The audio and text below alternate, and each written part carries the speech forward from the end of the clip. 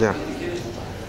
Bueno, dentro de las expectativas principales que se tienen con el taller que se está realizando en este momento en Tegucigalpa, creo yo que básicamente es profundizar los conceptos que ya surgen en las declaraciones previas de las reuniones que han habido con relación al tema de la cooperación, la apropiación, el alineamiento, la armonización, la gestión para resultados y sobre todo la rendición de cuentas.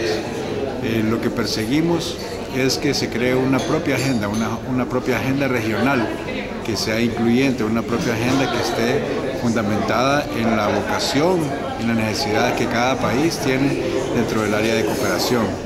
Queremos que los cooperantes entiendan que las cosas, la efectividad que ha habido en la ayuda no ha sido todo lo que nosotros hubiéramos querido hasta ahora.